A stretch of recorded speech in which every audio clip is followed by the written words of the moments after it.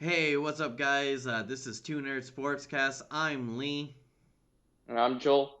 and hell yeah, let's get into this. So there is a lot of stuff to talk about today. There was some interesting things that happened in free agency this past week, like T.Y. Hilton staying in the Colts, staying in that Colts uniform, not even remotely going to think about taking offers from another team like the Ravens. Yeah. Poor Ravens, they missed out on him. May have gotten another guy, but didn't get TY. No, yeah, I mean, I kind of didn't see Ty going anywhere other than the Colts. It just, I mean, being a Texans fan for so long and seeing Ty Hilton, I didn't see him going anywhere else. Makes sense. He is a long time Colt. It makes sense for him to go back. I mean, maybe next year he might have to depart though, since it's only that 1 year, $10 million deal, I think. I mean, they could also be But doing that because of the cap, but possibly, I don't know. We'll see. Maybe he's just giving Carson Wentz a 1 year trial, see how it goes, and then if he doesn't like him, see ya. hey, if I'm Ty, that's not a bad idea to have. But moving on to the Buccaneers. Now, we're not going to talk too much about the Bucks because we talked about them a lot last week. But them re-signing Sue and Fournette, they are the only team in NFL history after winning a Super Bowl to sign all 22 of their starters. Can't believe they managed to pull it off. I thought It's, they were going to be losing at least 3 or 4 of them. I mean, with the amount of free agents they had, but they managed to get them all back.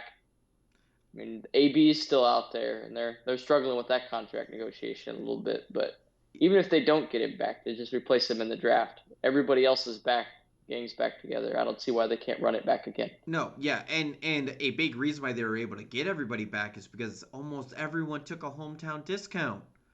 It's looking like from some rumors today that AB's not wanting to take a similar hometown discount. So that might be a big reason why the Bucks are okay with moving on from him if they don't come to an agreement. But yeah, like everybody taking hometown discounts in Tampa Bay. It's crazy. Um but moving on to a crazy situation, but crazy weird with the Damian Williams to the Bears situation. Um, three running backs now for Three the Bears. mediocre running backs at that. David Montgomery and Tariq Cohen and Damian Williams aren't exactly top of the line running back material. Maybe if you went with two of them, but why do you need three? You aren't gonna. They can't pull off a Ravens type 3 headed, 4 headed monster. No, no, So I no, don't no. see. This three-headed monster is nothing like this is like a three-headed puppy. The Ravens was a Yeah, three-headed Cerberus, okay? Like doesn't doesn't make sense. One of them's gonna have to leave via cut or trade or whatever. yeah, and I mean, looking at their stats, like I mean, I know stats don't tell everything, but it might tell us on who the Bears are possibly wanting to cut, even if you like Tariq Cohen. I mean, he was only used for 14 rushes for 74 yards last season. Like, And granted, he got hurt after the big contract, but I mean, yeah, but at the same time, like, they don't utilize him like at all last year. no, he's been underutilized his whole career. I didn't really understand why they handed him in the contract in the first place. And now it'd make the most sense to move on from him out of all of them. He's the most expensive and possibly the least effective. So could be seeing him in a new uniform next year. I mean, hey, somebody might be able to get a good discount on him, give him another chance. We'll see what happens with that. But yeah, very, very interesting on the Bears. I mean, again, we also talked about the Bears a lot last week, and we're about to talk to them about them more later on in the video. But they're just weird. Weird stuff is happening in Chicago, and I am sorry to all Chicago fans. But moving on to Malcolm Butler to the Cardinals. Can he replace Patrick Peterson? I think so. I think he can replace Patrick Peterson pretty well. I mean, there's a lot of people that have been of the opinion that he's a product of the one play in the Super Bowl, the infamous interception. But I think he's a good player. I think he's a dynamic player. He's had some down years with the Titans, and he's up and down in coverage sometimes, but he can still be an excellent corner. And since Patrick Peterson and the Cardinals have been headed for divorce for a very long time, I think it's a pretty effective replacement. And it's only a 1 year trial. So at worst, they say bye after this season and no harm done. No, I actually completely agree with you. Even though I was one of those people that were kind of on that Malcolm Butler little bit of a hate train of saying, his major success was that interception in the Super Bowl that shouldn't have even have happened. But we're not gonna talk. We're not talking about Super Bowls.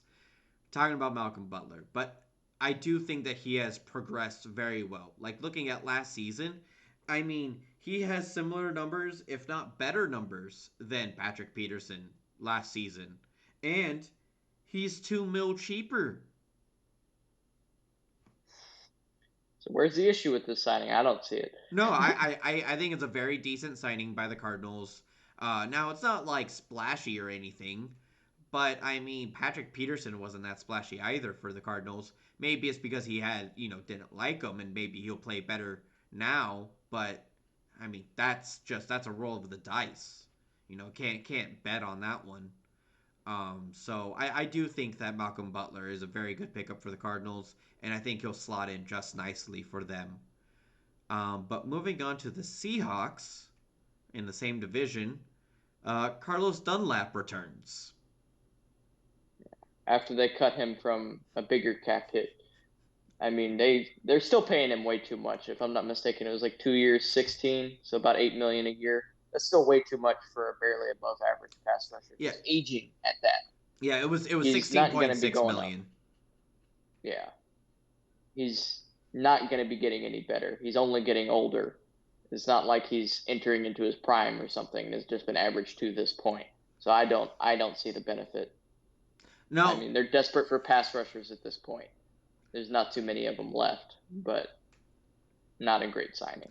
no, for the money, it wasn't a great signing. Like I get wanting Dunlap back because Seahawks and trying to not break up everything in Seattle. So I get like trying to keep as many veterans on your defense as possible. But for this price, like, It's too I much. mean, he He's had not that 32 effective tackles, anymore. 6 sacks, and 4 passes defended. He's That's all right. that's not over 8 million a year contract worth to me. Like, I mean, maybe he has a break. I mean, I don't know, but yeah, I'm not super thrilled about the Seahawks. At least for the Seahawks, I don't personally care what the Seahawks do, but as like if I was a Seahawks fan, I would be very very sus of how much money they gave Carlos Dunlap. But moving on, let's predict somewhere some free agents might go. And let's start this off by seeing how we did last week. Now, only one of our people that we guessed on last week actually signed somewhere, and that was Sammy Samuel Watt. Watkins to the Ravens. Lee's happy about that one. This guy I'm got I'm it. not 100% sold on it. I mean, he got it right. I thought he was going to go to the Chiefs, but okay, that's enough Okay, okay, celebrating there, okay, buddy. okay, okay. Um, but no, I'm happy for the Ravens. Honestly, I mean, 6 year or 6 million 1 year. Flip the numbers. So 1 year, 6 million is a very good price for Sammy Watkins, and his best years were with Greg Roman and their wide receiver coach back in Buffalo.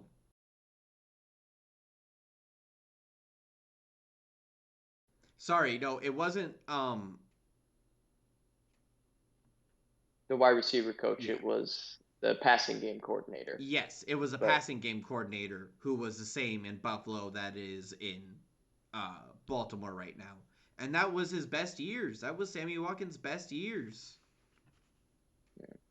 I mean, I don't think he's going to get any better than what he has been the past couple of years. But if there's a chance, it's going to be in Baltimore, and it's only a 1 year deal, so I don't see overly much harm in it. No, They it's a were desperate nice. for wide receiver since they struck out everywhere else with Juju and Galladay and Ty.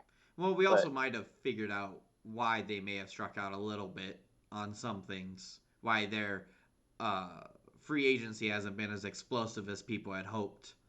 It's because they might be dealing with the Earl Thomas situation, Earl Thomas might be about to take 10 million of their cap space, depending on how the settlement with his grievance goes. yeah. It's looking like He's 5 to 10 million.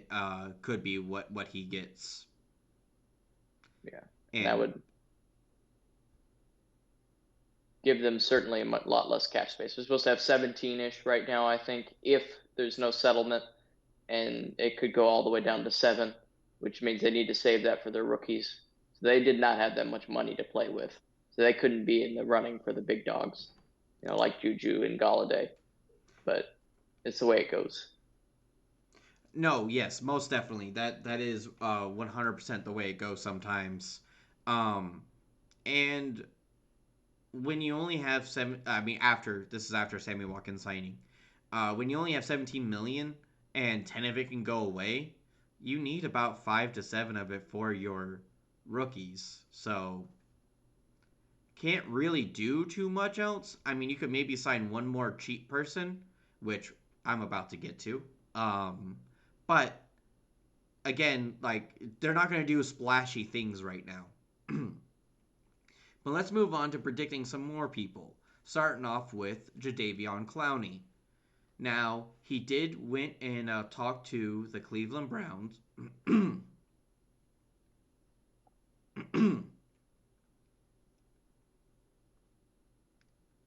Now he did go and talk to the Cleveland Browns, and that is actually 100% where I think he'll go. I think he goes to the Browns.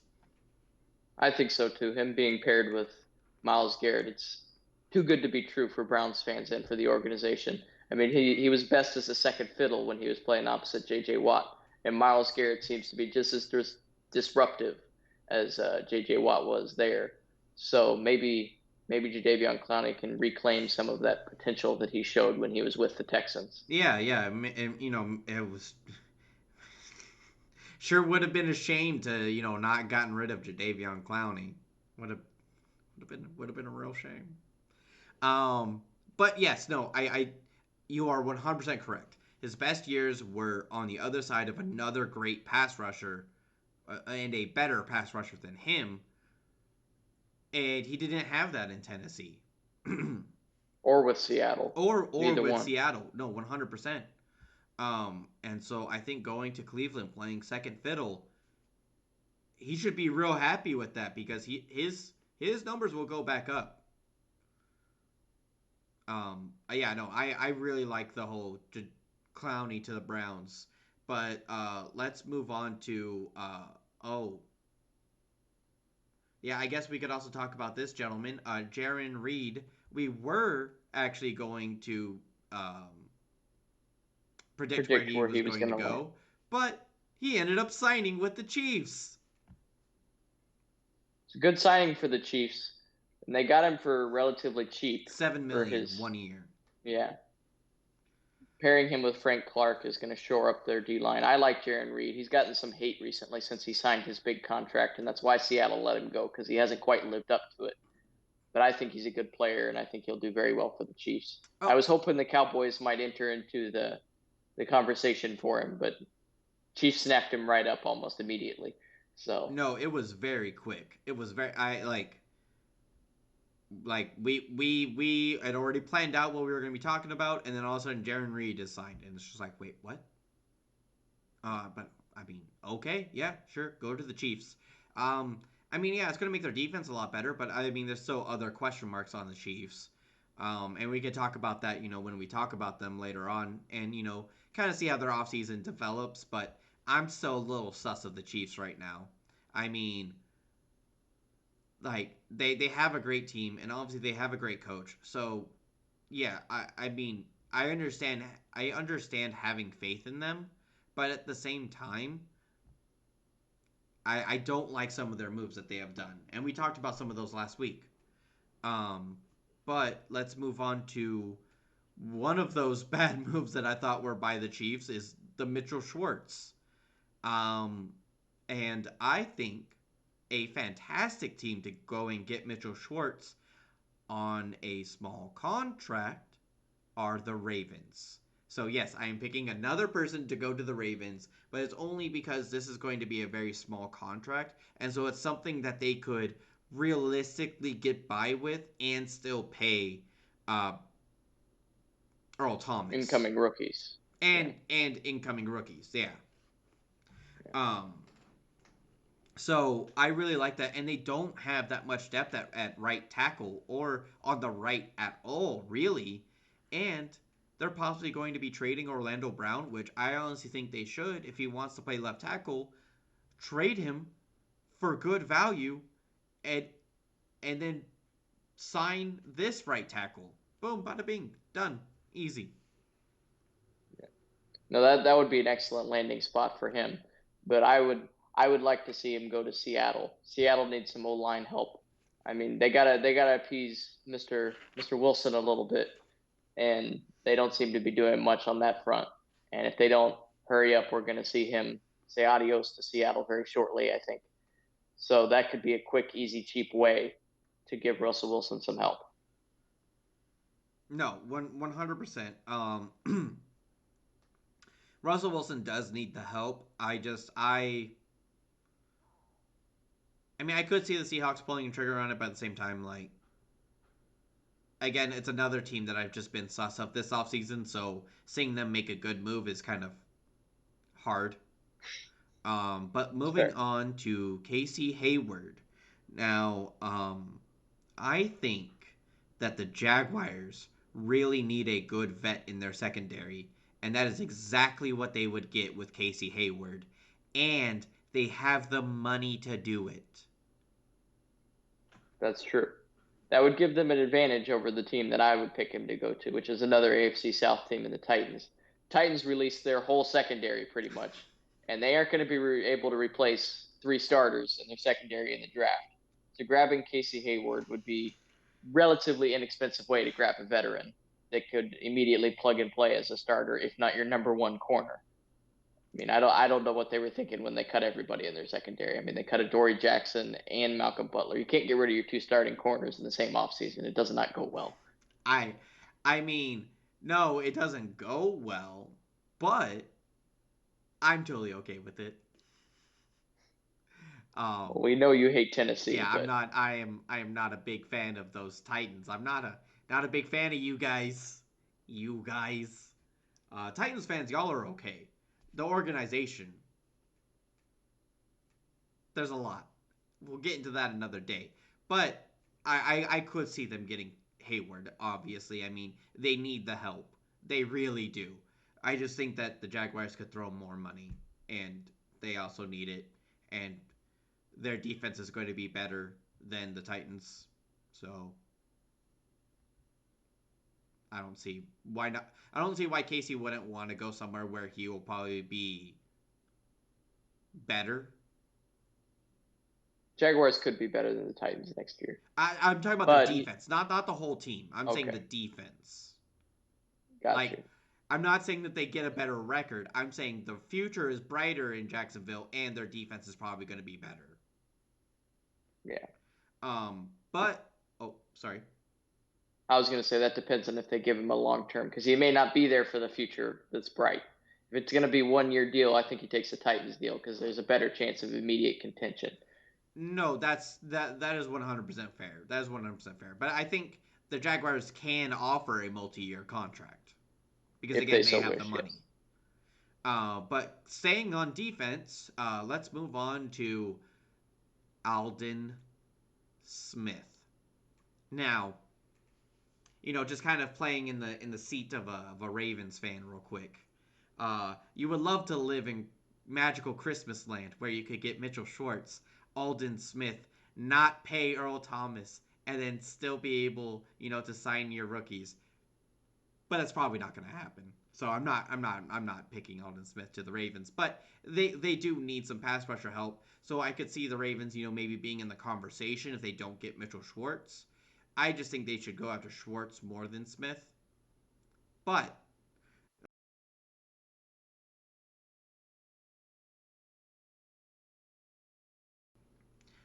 the team I think he should go to, or no, let me rephrase that. But the team that I think that will grab him could be the Vikings. Now they need a pass rusher there. They've let a lot of people go, in the and last couple of years. Yeah. this would allow them to not have to pick a pass rusher early in the draft, and they can focus on some other things and maybe pick up a prospect later and let Alden Smith train that prospect. Yeah, well, that could make a lot of sense for them. But I think Seattle. I'm going to pick another guy to go to Seattle since Dallas is no longer in the running for Alden Smith. I love Alden Smith. I like the Alden Smith experiment. I think it went pretty well. I think he's a good guy, and I'm proud of his resurgence. But it seems that he's looking for a new home. And Seattle has not been afraid to take on projects like Alden Smith because he still is. He's still a Oh project. I yeah. mean, he was out of the league for 4 or 5 years or whatever it was. So they need some more help on their D line. Carlos Dunlap's not enough, and he could be really cheap, and it just makes sense for them as an organization. No, yeah, 100%. I could definitely see him going to Seattle, but you did also, I believe, last week pick two people to go to the Chiefs, and Yeah, one of I them picked. was at least wrong. So let's see if you get these two right. We'll see. We'll see. I just think it's interesting that now 2 weeks in a row you've picked two people to go to the same team out of the list of people that we've come up with. It's just cool. It's just cool. But kind of staying in the that Chiefs realm, uh, a little bit across the pond. Let's go to the Broncos. Are they contenders now? It would look that way, minus the one singular big question mark on their team at quarterback.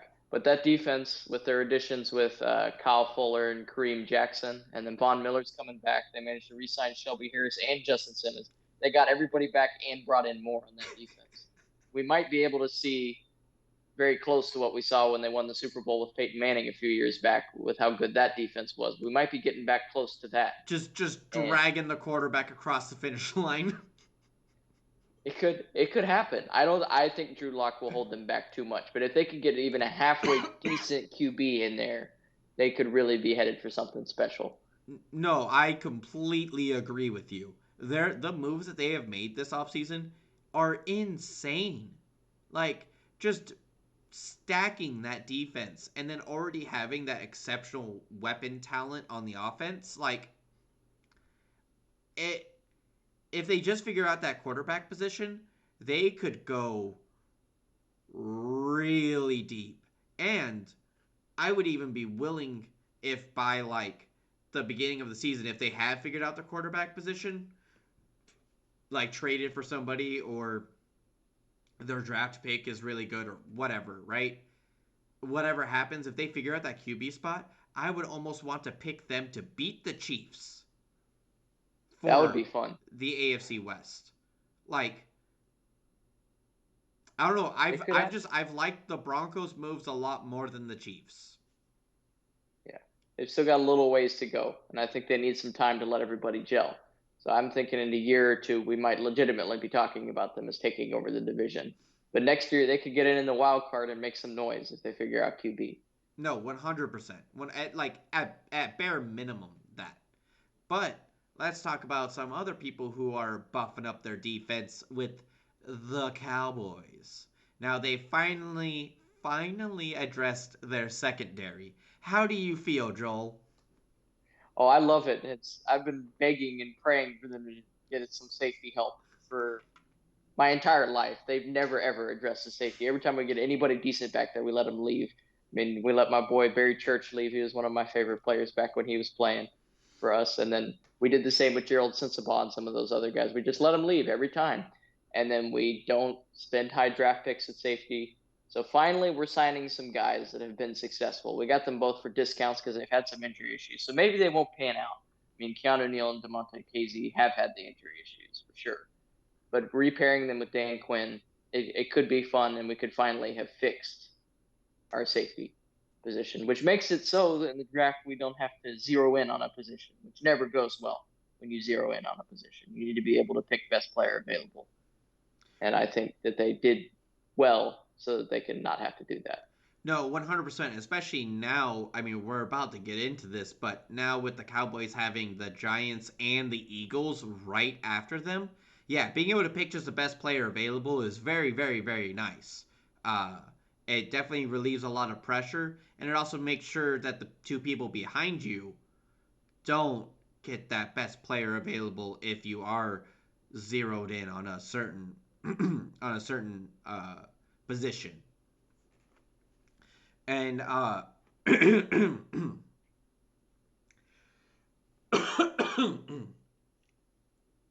goddamn. And talking about that, let's move on to the crazy thing that happened with the 49ers, the Dolphins, and the Eagles. So, the 49ers go from 12 all the way up to 3 and switch with the Dolphins. Dolphins go down to 12. And then Dolphins are like, oh, hey, yo, Eagles, y'all are at 6. Why don't we just, whoop? And the Eagles were like, yeah, sure, why not? Yeah, no, that was a crazy move. I did not expect to see that day. It happened while me and Lee were on the phone, and we were just like, "Whoa, whoa, whoa, whoa, whoa! What's this Like, business?" just like out of nowhere. And I was just like a month and a half before the draft even like starts. It's so freaking early. I don't know what they think they're doing.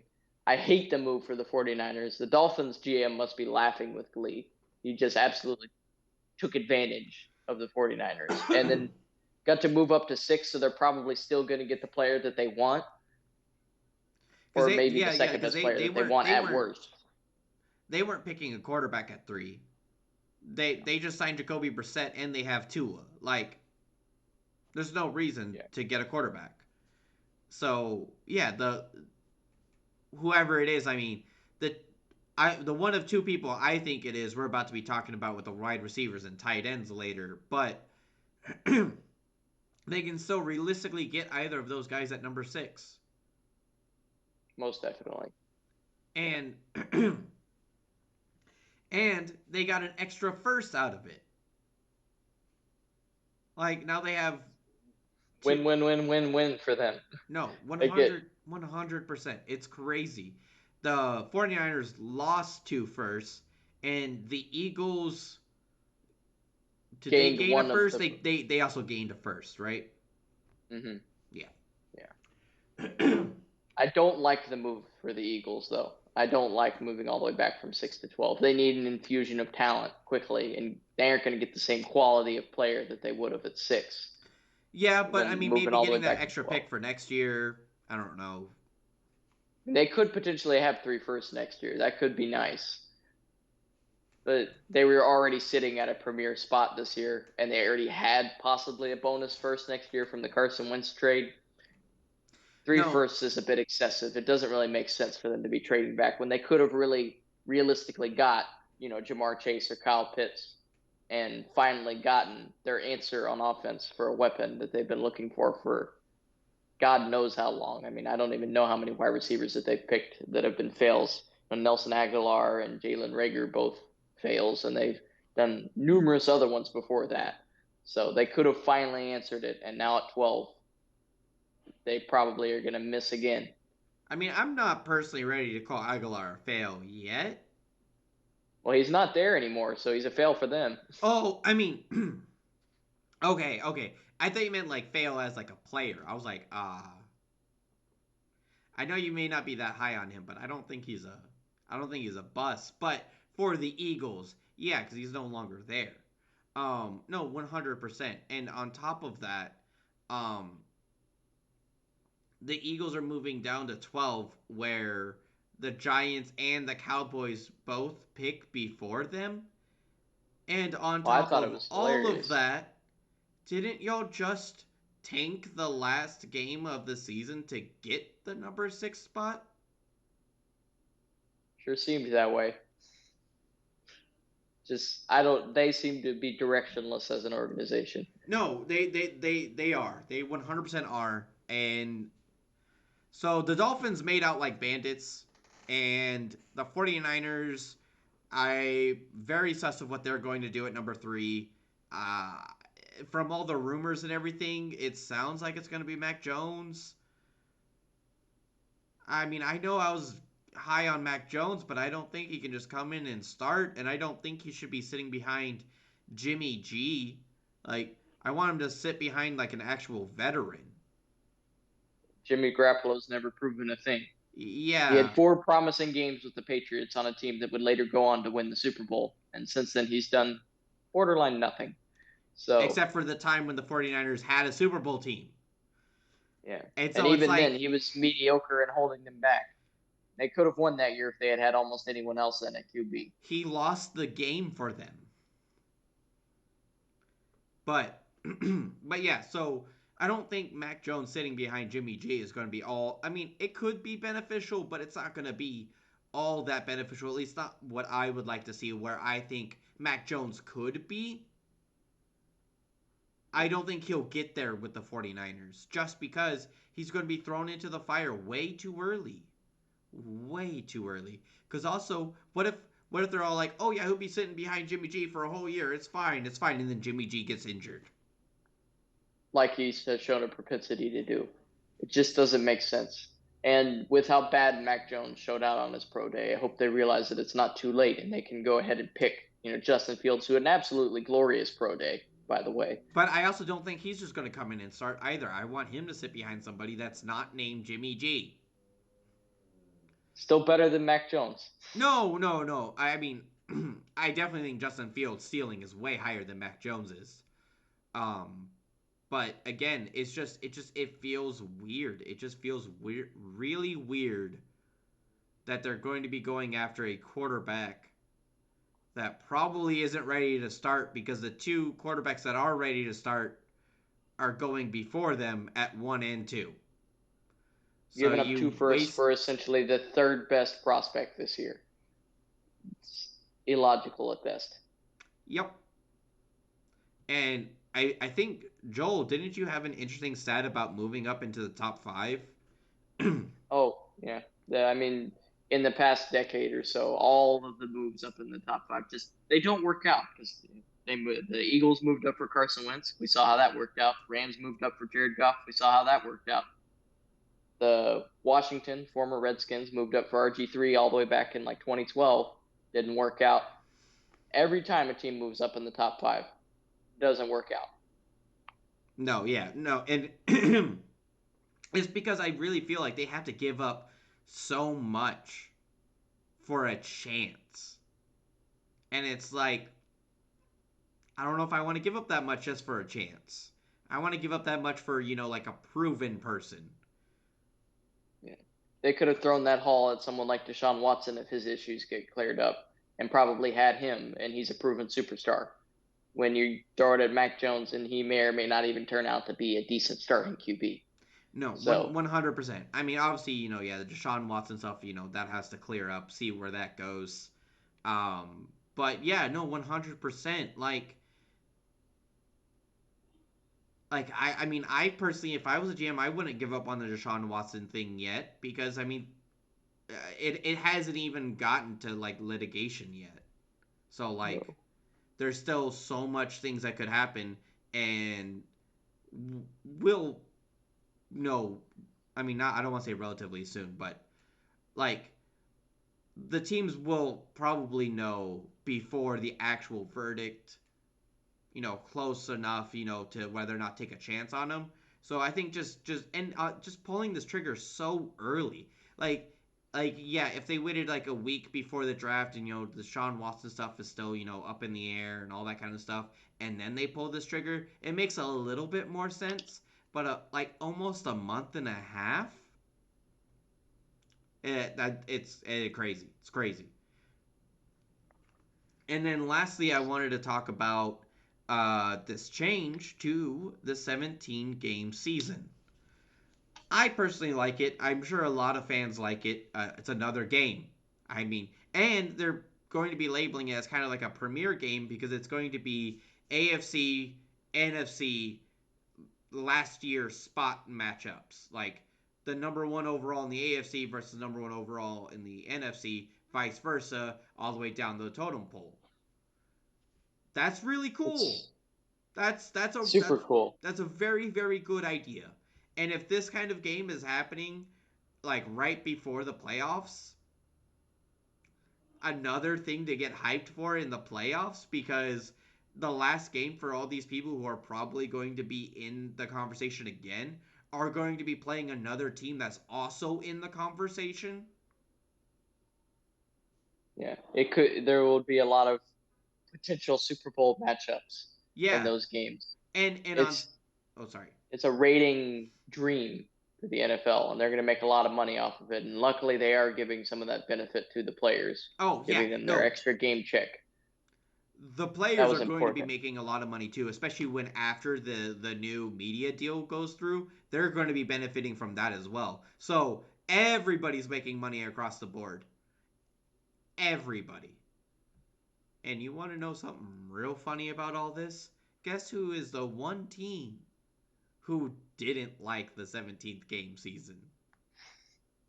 The Bears, the one team no one else is liking right now. So who cares what they think? I just thought that that was hilarious. That the Bears were the only ones to say, "Nah, nah, I'm good. Six? Can we keep it 16 games, please? We barely make it to the playoffs as is, please." Like, but yeah, I mean, that's how we feel about the 17 game. I'm pretty hyped about it. I think it's gonna be great. But another thing I think is about to be great is this wide receiver class of 2021. So let's get on into it. All right. So you see here we got our dudes down here and we got the tier list. It's going to be a little bit different than the QB one that we did because we're going to be looking at prospects that aren't just first round talents. So we're going to be placing them into the one that we think like they should go into, but then we'll also be describing where we think they're going to go because of hype or other reasons, maybe pushing them up or pushing them down, Yeah. um, or keeping them exactly where they should be. So first up on the docket, I mean, might as well just rip the band-aid off. Jamar Chase, where does he go, Joel? Oh, he definitely goes in S. That's easy. He's easily the best wide receiver in this year's class. I mean, I don't see why anyone would put him lower than that. He's literally perfect as a prospect. Elite hands, wonderful body control. He's as NFL ready as he could possibly be. I'm not honestly sure why he didn't come out last year. I mean, he just sat out this whole offseason and his stock just continued to go up. I mean, he's a beautiful prospect. Um, he may have been, if he'd come out last year, possibly the number one overall wide receiver prospect in that beautiful class. So, I mean, he reminds me a little bit of like an Anquan Bolden. And I've even seen some comparisons for him to like even being as good as DeAndre Hopkins. He's so fun to watch. As far as landing spots for him, I'm thinking he's probably going to go around that pick 5 to 6 range. Uh, I think Bengals reuniting him with Joe Burrow would be cool for both sides, and it would make a lot of sense for them to pick him. But if they don't go that way, and they go with offensive line, it's entirely possible he slips past the Dolphins. And my fun landing spot for him would be the Lions to replace Kenny Galladay, because in my opinion, he's closer projection for him would be like a better Kenny Galladay. So that could be a lot of fun. No, yeah, no, that could be a lot of fun, and I do think that the Lions should probably maybe focus more on somebody that they could develop because they're not going to be, contending next year. But getting a fan favorite like Jamar Chase, If I'm not saying that if Jamar Chase falls to the Lions, that they don't grab him. They should 100% grab him if he falls to the Lions. I just mean that I think the Lions should maybe pick somebody that they could develop, since they're not going to be, contending this year most likely. Hmm. But yeah, no, Jamar Chase. I mean, there's not much else to say about him. He's great. Catches with his hands. Great ball tracking. He goes up for the ball. He has a big body. Like yeah, like he beats people at the line. Like just watching his tape, it was insane. Just like how many times this man just blew past defenders in from the get go, and it was beautiful to watch, fun to watch, great route running, fantastic prospect, number one wide receiver prospect, hands down, in my opinion. But let's move on to somebody else who is pretty electrifying in Devonte Smith. I mean, Devonte Smith, he's a fun playmaker. He's probably the most fun player to watch in all of college football last year. He's so skinny though, and his size he's so small, like not height wise, but weight wise. I just don't see how he doesn't get smacked from day one. So I am immediately sus of him for that reason. So he's going to have to go an A for me, despite his amazing talents. And he possibly has the best hands in this class, but that's No, not enough for me to move him up into S. He I'm sorry. no, go ahead, go ahead. Oh, I was gonna say it is definitely enough for me to move him up into S. Definitely not better than Jamar Chase, but like some of those catches, man. Like I No, I was like, he's how is amazing. this small dude just like springing his way where the like it was insane. It was insane. Some of those catches against defenders that were like almost twice his size. It was like what? No. But the other negative on him is to me, he's always going to need a running mate. I don't think he's ever going to achieve true wide receiver one status where he's going to be the main man. And I think that's the best way for him to avoid those big hits is where the focus is not all the time on him. So to me, he kind of reminds me of a Calvin Ridley where he can truly excel if he has someone like a Julio on the other side. And he plays a lot like Calvin Ridley, big and skinny and amazing hands. So as far as landing spots for him, I think Dolphins would be a cool spot for him. You know, reunite him with Tua, or possibly if he falls this far, which I think is where he probably should fall to, it would be somewhere like the Chargers to give Justin Herbert a nice weapon, and then he's playing opposite Keenan Allen, who can take some of the pressure off of him. No, 100%. Actually, yeah, for me, Devonte Smith, I could definitely see him falling to the Chargers. I could also see him falling to the Giants. I mean, also kind of having, if Kenny Galladay stays healthy, having him as number one on the other side, helping Devonte Smith could also be very beneficial for the Giants. I know they have Danny Dimes throwing. I get it. He's not a great quarterback, but I mean, let's see if he could progress into a great quarterback. I mean, Josh Allen wasn't great his first 2 years. Um, We'll see what he's got. If he fails this year, they need to move on from the Danny Dimes experiment. no, But 100%. I will agree with that, but I understand them giving him one more year and giving him a weapon like Devonte Smith for that one last year. gives him the best chance to succeed. That It would would make be a lot of insane. sense. But yeah, so I do see him falling to like, maybe outside the top 10 to like just, border top 10 just because of his size, but his talent alone, he's going in the top 15 regardless. Like there's no way. Um, but let's move on to Jalen Waddle. Where do you got Jalen, Devontae's teammate currently? Well, this may be a little bit of a hot take, but I'm going to have him all the way down in C. I dislike him as a prospect. I mean, when I was watching him, he's small and he's not built overly well, which is a fear. Like, but unlike Devonta Smith, he doesn't have that it factor to me either. He always needs blown coverages, partially because of Devonte Smith. Devonte Smith took so much attention that he could just kind of thrive. So for him to succeed, he's going to need to be elite in the slot and have those other guys around him where he can kind of hide. Uh, he also has amazing kick returning potential, so I'll give him that. But that's not enough for me to put him as the elite wide receiver conversation. You don't want to spend a first round pick on what a guy that could amount to just being a really good kick returner. You don't want to do that. So to me, at best, this is at best, and I don't think it's going to happen. He could be a Tyreek Hill if everything goes well for him. At worst, though, it's more like a Henry Ruggs or a John Brown, and I think that's more the category he's going to fall into. I mean, yeah, that is a big. I mean, obviously, that's what you see in him. I see a little bit more than that. I do think he has some really good fundamentals. He can catch the ball really well. He has very good ball tracking. I like that a lot. He keeps his like I said, he keeps his eye on the ball. Um, but like I get where you're sus of him. I mean, yeah, he was on the opposite side of Devonte Smith, and a lot of his catches were blown coverage, or he just beat them with his legs. But that is the other thing. He is very speedy, and I get that that doesn't necessarily always translate in the NFL, and normally that just kind of makes you a good punt returner. But at the same time, like I could see him developing into something more. Um, Most definitely. I'm not 100% sure on the Tyreek Hill, but definitely I don't know if he's as bad as what you say he could be.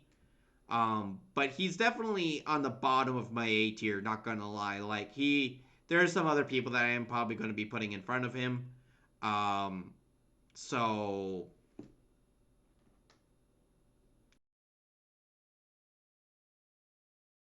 As far as landing spots for him, I would think somewhere like Arizona could be a lot of fun. I think him slotting into the slot with DeAndre Hopkins and AJ Green on the outside, it could be a lot of fun for Kyler Murray to be thrown to that. And I think that would give him the best place to succeed because I do not think the Christian Kirk experiment's working out overly well.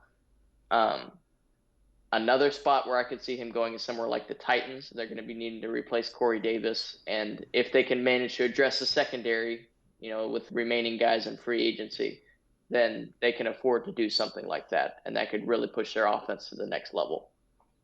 okay, yeah, no, I mean, I definitely see him going like middle late first round. I don't think he's gonna go at the bottom of the first, and he could go in the top 15. We'll see Should not about go in the that, top 15. huh? I could see the Eagles picking him, though. I could see them getting desperate and picking him. Would not be unlike them. No, yeah, 100%. But I do think the best place for him to succeed would be a place like Arizona. I think that's a beautiful landing spot for him. And that's where he should be hoping he goes, honestly, if he doesn't go to one of the contenders that are in the top 15. Most definitely. Um, but moving on, let's talk about Rondale Moore. His injury issues are a major issue for me. And if that, for no other reasons that I'm going to get into, I have to put him in C tier just because of that. I do think he's going to go in the first round. Don't get me wrong. But I would not, I would write him off the draft board if I'm a GM. You can't be having that with your first round pick. You can't have him 50-50 if they're even going to have much of a career. Uh, I mean, when he's on the field, though, he is an elite playmaker, super fun to watch. Like his hands, they're pretty great. Uh, and he really could be amazing in the slot or even as a gadget player. I would like to see him getting some more rushing attempts. He was very successful with those in college and become kind of more of a gadget player like a Tavon Austin or a Ty Montgomery type. But I do, when he's on the field, this is going to be a very high comparison for him. He does give me some Cole Beasley or Julian Edelman vibes. I do see that in him. I just don't know that he'll ever be able to stay on the field long enough to realize that potential. As far as landing spots for him, I do think he's going to go in the first round, and I think somewhere like the Patriots could be a lot of fun. Bill Belichick does like his small receivers and gadget guys, He does, and yeah, with he the does. crazy offense they're going to be running with Cam Newton, with the two tight ends and all that stuff, he would fit well there. Another cool spot where he could plug in immediately and have not a lot of focus on him, so he doesn't break himself immediately would be somewhere like the Browns, where he could have Odell and Jarvis Landry on the outside and him plug in at the slot. And then that would give the Browns probably a top five offense next year. No, no, 100%. I mean, so I'm gonna put him in B. just because, like you said, the injuries. But he's so good when he's on the field. He's so good, and on top of that, his pro day was insane. So he may only be 5'7", but he ran a 4.2940, and he had a 42.5-inch vertical. Oh, it's ridiculous. He's an athletic freak. I'll give him that. But that Like, only goes so far if your body falls apart under contact. no, 100%. But I think utilizing him as a gadget person, not overutilizing him. I think especially in his first couple of years, you should let him ease into it. Don't make him a number one right away. And so places like the Browns would be amazing for him. I do think he might slip into the second round. He might. I do think he probably goes at the bottom of the first. But another place I could see him going to is like the Packers if he falls that low. The Packers could grab him because him being on the other side of Adams, It'd that be fun. It'd be that fun. could be a lot of fun. And then I mean they also have uh, um, the Rogers, the running back, and Oh, so Aaron Jones and then Valdez Scantling. They've got some. He would kind of be the cherry on top because they just exactly, need one more piece on that offense, exactly, and he'll probably be sitting there. At least there's a good chance. yeah. I do So think they go a different wide receiver, but I'll save that for a little bit. no, I do think the Packers should grab a wide receiver this time around. Don't do another Jordan Love thing. Grab a wide receiver this time, for the love of God, for your own franchise. But moving on to Kadarius Toney. Now, Darius Tony, I call him TNT. I've seen him. I've seen that nickname thrown around a few times, and I absolutely love it. He's one of my favorite wide receivers in this class. I put him all the way up in A, right behind Devonta Smith. I'm tempted to put him in front of him, just because I love him that much, but I can't do that. I can't do it. no, yeah, Uh, Devontae is too, but yeah, Kadarius no, I now. absolutely love him. He's shown growth every single year that he's been in college. He soon as he gets a real QB or even a halfway decent QB, because the realness of Trask can be debated, but a halfway decent QB and an actual coach, he burst onto the scene. I mean, he shows quickness, he has amazing routes. He body catches a little much for my liking, but he seems to always come down with it. He doesn't really struggle with the drops overly much, so I can get over it. I mean, it's probably because he Elite has a bigger agility. body. Oh yeah, no, elite agility, wonderful rack ability. He's sneakily strong. It's surprising to me how many tackles he's able to shake off for his size. And I absolutely love his swagger. He has the NFL swagger of a wide receiver. He could instantly be a number one guy. And out of all the receivers in this class, he's one of the very few that I see true wide receiver one upside where he could come in and be the guy. Uh, he does like low end for me. I think he's a Randall Cobb. That's a low end. High end, I think he could achieve Percy Harvin type status. Um, and then Hey, as yeah, far that's not as bad company to be in. no, I love Percy Harvin. And as far as landing spots for him, I think he does go in the first round, somewhere in that mid to late range. So for the Jaguars' second pick in the first round, I think that would be a cool spot for him to DJ Shark and Keelan Cole and D.D. Westbrook and give Trevor Lawrence a nice toy. And him and DJ Shark on the outside, it could be really, really fun. And then another spot for him would be somewhere like Baltimore and give them a true number one option. Finally, Yeah, if he falls to Baltimore, Baltimore, grab him if he falls to you, or if you are able to trade Orlando Brown and get Orlando. a higher first round pick, grab this man. Kadarius Toney is insane, and also might I also say he's a bit of a gadget player too, which is something that the Ravens love. They love to run running plays, so having a wide receiver that can run running plays, It fits very well into their offense. that and also and his running ability is insane. He can shift direction on a dime. Like I was watching him and he just faked people out and just went the opposite direction multiple times. It was insane. And then like you were saying, his catching ability. I mean, he can get a little bit better about catching with just his hands, but he comes down with it. Like Can't begrudge him too much. exactly, like he ain't dropping the passes.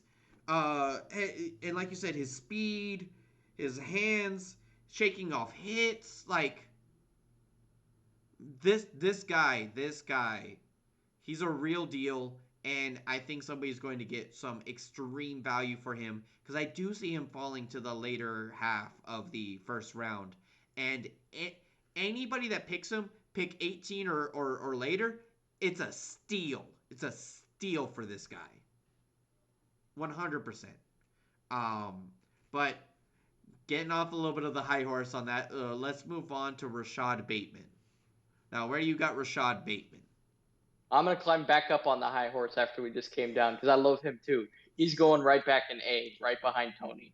Uh, he has great route running and agility. He also has that wide receiver one upside to me. Doesn't have the quite the same swagger that I love to see, but he's got the potential to be that wide receiver one. He's a big time playmaker.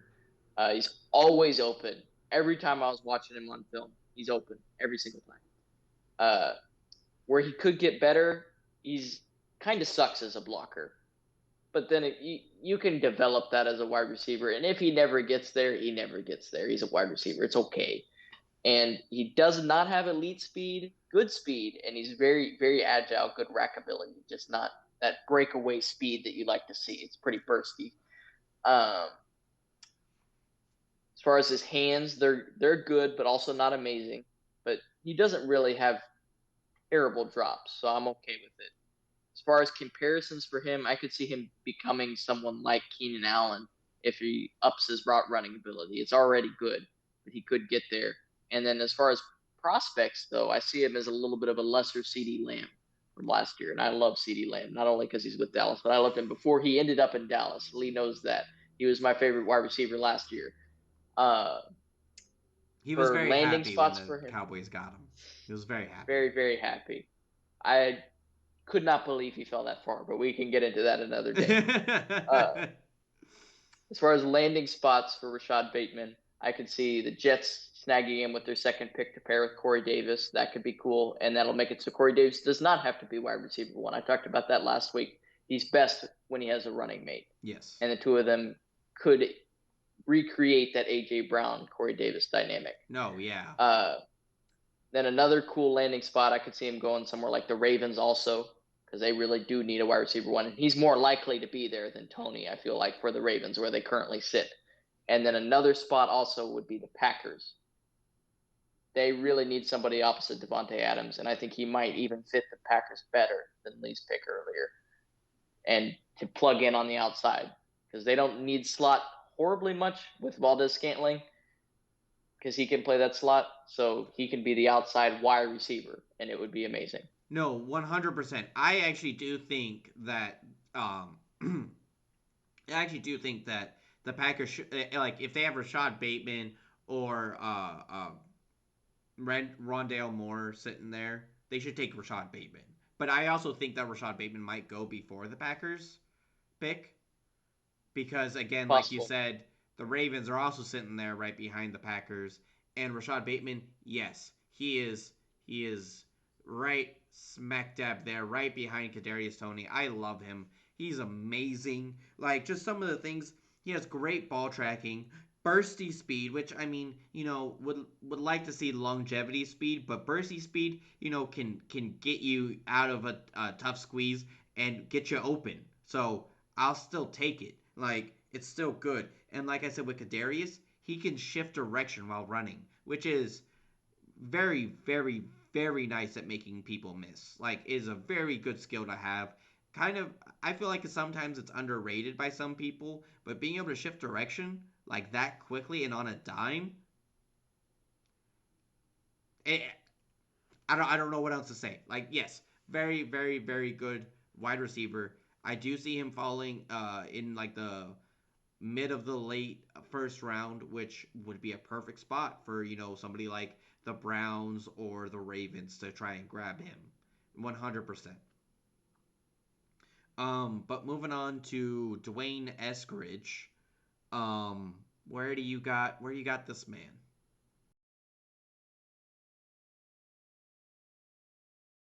I was very close to putting him in A. I was very close, but I had to put him at the top of B. Uh, Absolutely love his footwork, solid route running.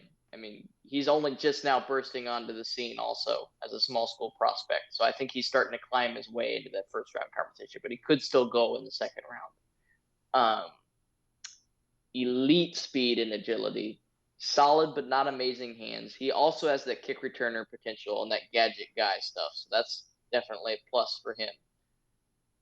And I absolutely love his IQ. That's my favorite aspect of him. He has super high football IQ when you're watching him, and his drive to succeed. I absolutely love it. He's a little old at 24, which is why I'd be sus of picking him in the first round necessarily, because he's not going to develop as much as some of the other players already being 24. Uh, as far as comparisons for him, I see maybe a Debo Samuel type. He's got a touch of Steve Smith in him, though.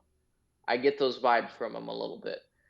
Uh, as far as landing spots for him, if he does manage to go in the first, I would absolutely love to see him go to the Buccaneers. That could be so much fun. And the Buccaneers are at a point where they don't really have any needs. Their literal only need may just be replacing Antonio Brown. And I think he could replace Antonio Brown like that. So that would be a lot of fun. If he does fall to the second round, I think the Jets could be a cool landing spot for him if they don't pick up a wide receiver and with their second pick of the first round. So yeah, so for me, I was debating between having him here or here, and I'm gonna go with this. Like I really like Rondale Moore. I know his injury is very sus, but I really like him. I think his ceiling is higher than Eskridge's. Um, but I love Eskridge. Like don't get me wrong. I don't hate any of these wide receivers we're gonna be talking about today. By the way, I think all of them are great, and all of them can be great. Now, injuries or other things can, obviously halt or hinder that completely. But yeah, no, I think Dwayne Eskridge is going to do something. He is going to be at least at bare minimum, in my opinion, is going to be a very good number two for somebody because he has the talent, and like you said, he has the IQ. He is very, very, very, very good. Like some of the things that I wrote down while I was watching him, uh, great catching with his hands. He's very speedy. Again, another person that can change direction. I love that. Um, so yeah, but yeah, I do see him going day two as well. I just see him going in the second round. Um, the Buccaneers could jump on him if he's there, which he probably. I don't want to say if. The Buccaneers could jump on him early at the end of the first round, but I could really see him going as the Jets' first pick in the second round. Um, I could also see him falling maybe a little bit further than that. And, maybe like somebody like the Dolphins grabs a wide receiver in their second round. But we'll see just how far he falls. But I think he'll probably be the top of day two, most definitely. Um, but moving on to Elijah Moore. I put him in B also, right behind Dwayne Eskridge. I love Elijah Moore. I love his route running, great agility and rackability. Possibly my favorite attribute about him, though, is his ability to play through injuries. He gets injured a lot, but he's always out on the field for his teammates. And that makes him durable because you're going to get banged up with, especially with the new 17 game season.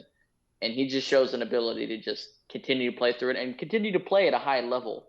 I mean, his last season he was playing through like a hamstring injury and another leg injury, and his shoulder was hurting and his back was hurt, and he was out there playing anyways and still succeeding and raising his draft stock.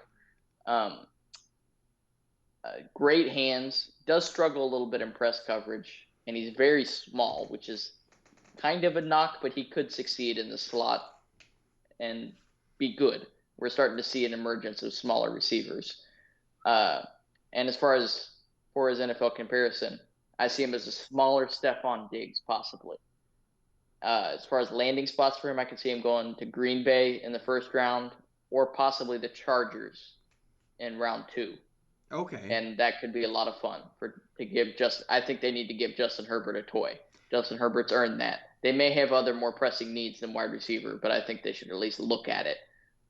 Yeah, I think they should at least grab one in the second round, if not the first. Most definitely. And I have him about the same spot. I have him right behind Eskridge as well. Um, I think he's also very good. Again, I feel like these three guys are are very similar. And again, I think Moore has the highest ceiling if he can overcome the injuries. But again, I do like how Moore has been playing through his injuries. Um, there's not much else to say about that kind of stuff that you didn't already cover. Um, but one thing that I did have written down is that he does go up for the ball a lot, and I do like that a lot, especially in a smaller receiver like that. Just willing to sacrifice your body. I mean, it could hurt, but at the same time, like we've also been seeing an influx of wide receivers not going for the ball, and that is frustrating to watch. So I do like that a lot. And again, yeah, I probably see him going in like the middle of the second round, maybe falling so far as like the late second round. Um, yeah, like I, Most I I likely don't in I the don't think top of he the hits the second round, third. I though. think he definitely goes in the second. Huh? Yeah, he's going in the second round Yeah, at latest. He might climb into the first. He's he got. could. He There could could. be a run on the wide receivers towards the end of that first round. It would not Oh, surprise me. Oh yeah, no, there definitely could be a run of wide receivers, 100%. Because there are a lot of teams that need wide receivers right now, and luckily for us, they do. There is a good bevy of wide receivers in this draft, and this is only some of them. There are more that are going to be going, in the third, fourth, fifth rounds that could be great pickups for some teams. Great projects that turn into something. So I really like this wide receiver class this year.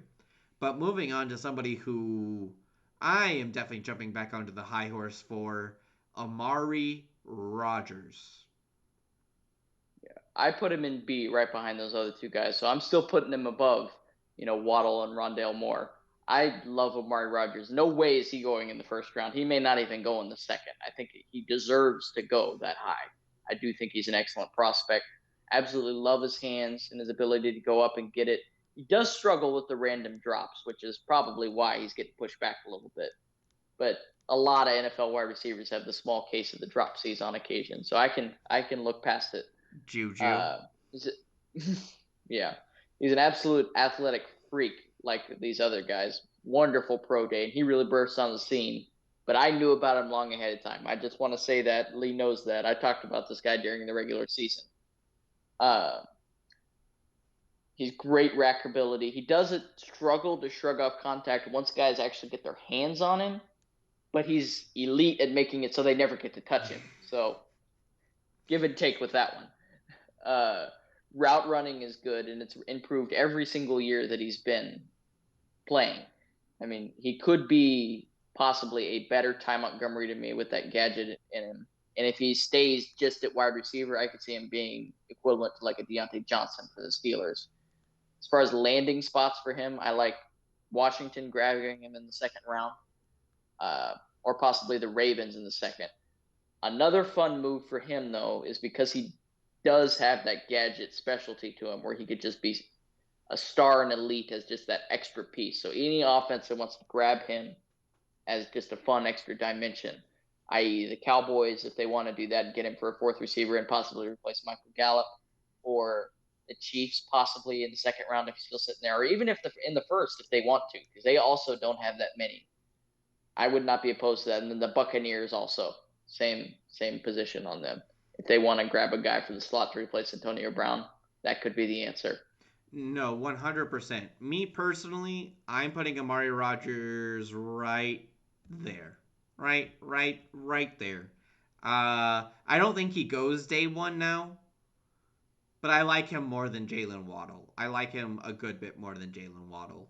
And let me describe some of the reasons why I like him so much. because I did watch this video by Brett Coleman. He is another YouTuber. He does great stuff when it comes to breaking down video. I highly recommend.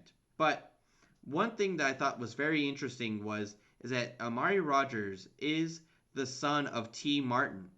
Now, who is T. Martin, you might ask? Well, he is currently the Ravens wide receiver coach. So, connection there, for one. For two, T. Martin himself has developed people back in college like Juju Smith Schuster, Pittman, Woods, Aguilar, and Cobb. Now, that's a Quite the pretty good resume resume. there. That's a pretty good Yeah. resume. Sorry, what were you saying? Quite the resume there. That's all I was saying. Yeah, It's amazing for one coach to have developed all those guys. yeah. So how could Amari Rogers not have a little bit of those guys sprinkled into him? Because his dad has probably been coaching him his entire life. And been watching him coach all these other guys. I mean, sitting there on the sideline while his dad teaches these future NFL players. There's no way he hasn't picked up some of it. No, yeah, exactly. And so he's great at route running. He has quick burst. He has body control. Uh, and another really interesting thing that I found out through Brett Coleman was on his senior on the senior bowl. I wanted to say senior Pro Bowl, but on the Senior Bowl, the 3 days, every single day he beat corners one on one. Every single day. That's insane. Like this man knows how to beat people from the get go, which makes him a great slot option. And That's what you want from your slot guys, the ability to beat anybody that they put on you. exactly. Because he's going to face one on one most of the time being in the slot. And if he can win 90 to 100% of the time, he's going to do well. Yeah. And so maybe with the Ravens again, this is if they trade Orlando Brown to either move up with their first or get another second or something like that. Basically, if they can get 3 picks in the first 2 rounds because of Orlando Brown, I think their second pick should be for this guy. Because Amari Rogers is so good and would fit so well in that scheme right now. Having Marquise Brown on one side, having Sammy Watkins on the other, and then having this man in the slot. And then maybe, I mean, hey, maybe they pick even another wide receiver or weapon talent slash like something else, in the late set, like as a third pick or maybe even a third round or something like that. Like, what if they just bolster the wide receiver room this time around? That might not be a Finally, bad give idea. Lamar some weapons. Yeah, Yeah, that they may not should. be a bad idea. I really like Amari Rogers, and mainly because of the connection to the Ravens, I could really see the Ravens pulling the trigger for him. But I mean, I could see him going, late second round. I could see him falling all the way down there. But I really don't see him going round 3. I don't see him going in the third round. I do think that he goes in the second round, if not the first. Um, and then moving on to a interesting fringe pick, to Marion Terry. Now he did have a really bad knee injury, and I believe it was a re-injury from high school. Correct? Yeah. Yeah. So I mean, I'm just going to be upfront with it. I mean, I'm putting him in C. But I think his ceiling, I think like what he could achieve if he can take care of himself and not get injured again. I think he could be a very good wide receiver because this was another guy that Brett Coleman talked about in that same video, but he kind of has a similar play style to Metcalf with his size. Now, I'm not saying that he is Metcalf because I mean I don't even think his ceiling is Metcalf, but just that kind of play style and the size and all of that, we're obviously seeing that work in Seattle. I don't see why not if he's healthy. Why not could it work somewhere else? Maybe he's a lesser Metcalf, but still, I mean, I'd still take that if he's healthy. Um, It's fair. I but yeah, also I put mean, him in C tier. yeah, C Yeah. tier as well. Yeah, at the bottom. Yep, at the very bottom. Yeah. No, I mean it makes sense. I mean the knee injury is very sus, but again, if he can stay healthy, I think a team can get a really good deal for him. His potential's fun, which Yes. makes him a fun, beginning of day 3 prospect if he falls all the way to the fourth, which I think is possible. But I think he will probably go in round 3, which is not a bad thing. If you're looking at spots for him in any team that needs an extra wide receiver and they want to take a flyer on him, could play. He's the definition of high ceiling player, low floor, and that's all you're really looking for by the time you get to round 3. So Yeah, no, 100%. Um and I think he'll be very good with the right team that knows how to utilize him. I mean, a team like the Chiefs, I mean, we've seen them utilize multiple wide receivers. yeah, Or other teams, like the Patriots that can utilize people because Belichick is just a genius. Um, but yeah, so this is going to be our wide receiver tier list. Let us know in the comments if you hate it, love it, uh, like half of it, like 1% of it. Just let us know. We are open to all and any suggestions. We are human, and these are our opinions. So yeah, we would love to hear yours as well. But moving on to the tight ends. Now, there's only three of them, so probably not going to be talking too long about them. Um, but I mean, I think I, I'm fairly certain that I can probably already put one person in a spot. Kyle Kyle Pitts, Pitts Kyle easily, Pitts, easy S, easily belong. easy peasy S. Easily, yeah. I mean, every position group we've done so far has had one easy yes. He's this one's easy yes. He would have been an easy yes if we decided to classify him as a wide receiver. I Yeah, mean, he's absolutely beautiful. I love him. At first, like the first times that I was thinking about him, I saw a lot of Cowboys fans liking him last year because they're like, "What if we should get him?" and all this stuff. And I was like, "No, no, no, we don't need a tight end. That would be baloney." And then I really started to look at this guy, and he may possibly be the best talent in this draft. I mean, Trevor Lawrence is the only guy you can certainly put above him. He's absolutely amazing. He could be the next one of the next faces of the NFL. That's how good this guy is. Absolutely killed it at his pro day. He runs like a wide receiver. He's got the longest wingspan of anybody coming into the NFL in the last like 20 years, if I'm not mistaken. When you watch him, his elbows go down the length of a normal human. I mean, and then it's his bonus. I mean, he has like the wingspan of like a 7'5" individual. He's gonna catch everything you throw his direction. He's gonna be an absolute red zone monster, like a Gronk type. In addition to that, he has good route running. Not amazing route running, but he doesn't have to because he's gonna catch everything you throw at him. I mean, yeah. he could be like a Randy Moss. Also, I'm throwing out all these great names for him. Randy Moss. I mean, he could be a culmination of all these individuals. Uh, he could improve at run blocking, but on run downs, you can just kick him outside and he can play wide receiver because he's that flexible. So it's fine to me. No, That's no, literally the only knock that I can even put on his game is his run blocking. no. He, Kyle Pitts is insane. He's a monster. If I'm recalling correctly, his pro day was also phenomenal. I think he ran yeah, it was a 4.44. something like that. It was insane. Yeah, And I think he's faster than that, to be yeah, honest. I really do. I think that was a bad speed for him because when I watch him on film, he's faster than that. yeah.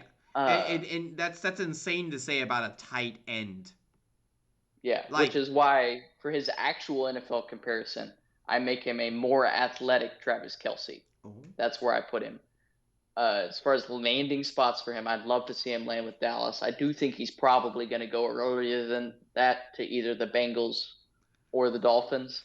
But but if the Bengals say go O line and then the Dolphins go wide receiver, he could continue to drop down the list a little bit, and then all of a sudden he's in the Cowboys' lap. And if they let him fall past them, he's going to go to the Giants or the Eagles, just period. I mean, I'd love to, like, if I look at it objectively, I'd love to see him go all the way to the Chargers. So he skips the Giants and the Eagles. But that's not But gonna I don't think happen. that's going to happen. No. I don't think he's going to fall past the Cowboys. Because I think they have to snap him up. It would be irresponsible of them not to. But And but just him with that offense, too fun. It's too fun. but what happened to Certain? What happened to Certain? Cowboys Oh picking no, I would like Certain. to see. I would like to see Certain and Horn. I mean, I think it was David Hellman. He's one of my favorite Cowboy analysts. He said something along the lines of he needs Miami to pick Kyle Pitts, so he saved the emotional turmoil of watching him fall to us and needing to pick him. And I kind of agree with that. If we No, need to corner, no, but no, no. 100. If he falls to you the can't. Cowboys, the Cowboys better freaking pick him up because I think, like you told me earlier, today, uh, if he goes to the Giants or Eagles, he's going to be tearing you guys apart 2 times a year, every year for like ever. No. Yeah. And But no, if they Kyle get a Pitt. great corner on the other hand, if we let J.C. Horn or Patrick Certain go to them, we still have so great. You can shut down Amari Cooper. Cool. We've got Michael Gallup, C.D. Lamb, and now Kyle Pitts. Yeah, I no, don't care if you get a corner at that point. So that's where you gotta. It's the draft game. no, no, no. You You, got to you do it. you definitely have to weigh that, especially like I said with Giants and Eagles right behind, which again is a really weird reason why. Which is really weird why I thought that the Eagles were so okay with going to 12, because it's right Yeah. behind the two of the people in your division. It's But moving on, we're not talking about that. We're talking about Kyle Pitts. Kyle Pitts is amazing. I love this man. This man can catch any of the balls thrown at him, like you said. Um, I think he tracks the ball really well as well. Like that's why he's able to come down with it so often because he knows where it's going to be, and having that arm length to just be all like, "Yep, that's mine." Um, it's insane. I do pick the Miami to grab him though. I think it would be silly for Miami not to pick him. Even if the Bengals do pass on Jamar Chase and go with an O line, I think Miami should still pick Kyle Pitts. That's just my opinion. I think Kyle Pitts is better than Jamar Chase. And yeah, no. If anybody falls, I think it should be one of the wide receivers. Kyle Pitts should not be falling. But moving on to Pat Freiermuth, which it is German, so it is Freiermuth. But where you got him? I was close to putting him in S, but he's at the very tippy top of A. Like he's right on that fringe to me. Um, he does have those injury concerns, but I absolutely love his potential, and I can look past his injury concerns. Unlike I was able to do with some of those wide receivers, I could not look past their injuries. For him, I can. Uh, he's so big and strong. Like he also gives off, like the Gronk vibes, where he can just monster his way in the red zone and get the ball. You give it to him, he's gonna get it.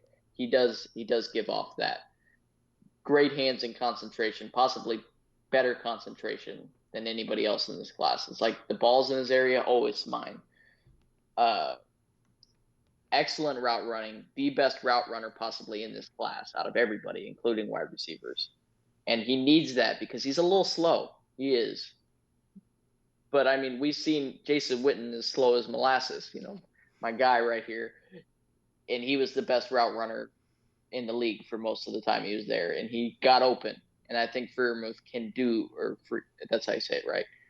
I can't Fryer. ever say his name right. I will Fryer. always mess up Like a pronunciations on fryer, this. like a Yeah, little Abbott guy, Fryer Mouth. Got it. yeah. Okay. Uh, but yeah, he's a little bit of a liability with his run blocking. Also, it's a little bit of a negative, but you can just pull him off the field, and he can also grow. He's not horrible.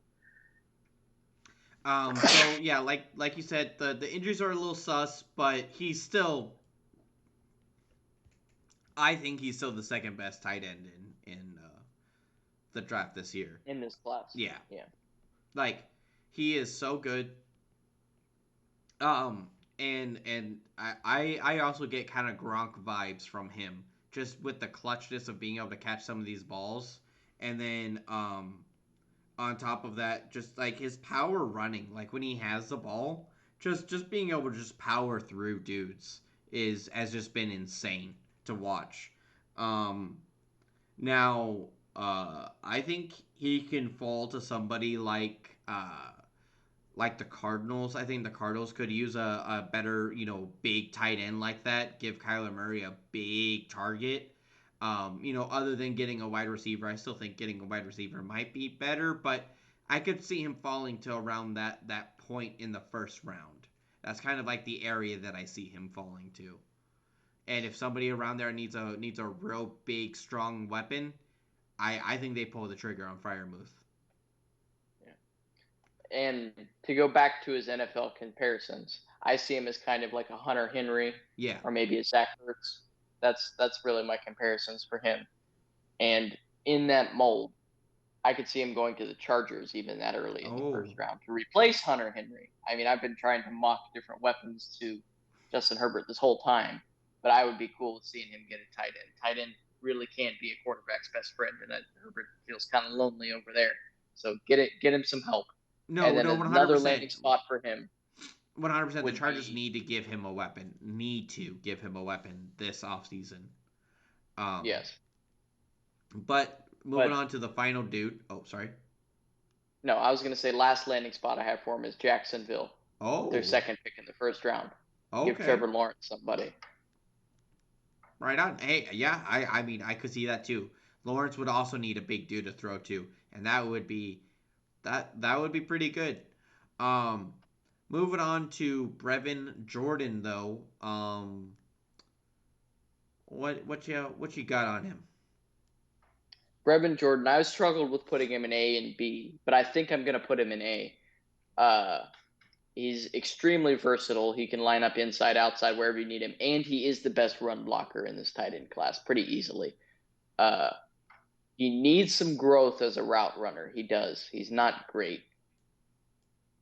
And his hands, they're very strong, which does make up for that, but he still needs to learn how to fight a little bit on those contested catches because sometimes when guys try to outmuscle him, he'll let them have it.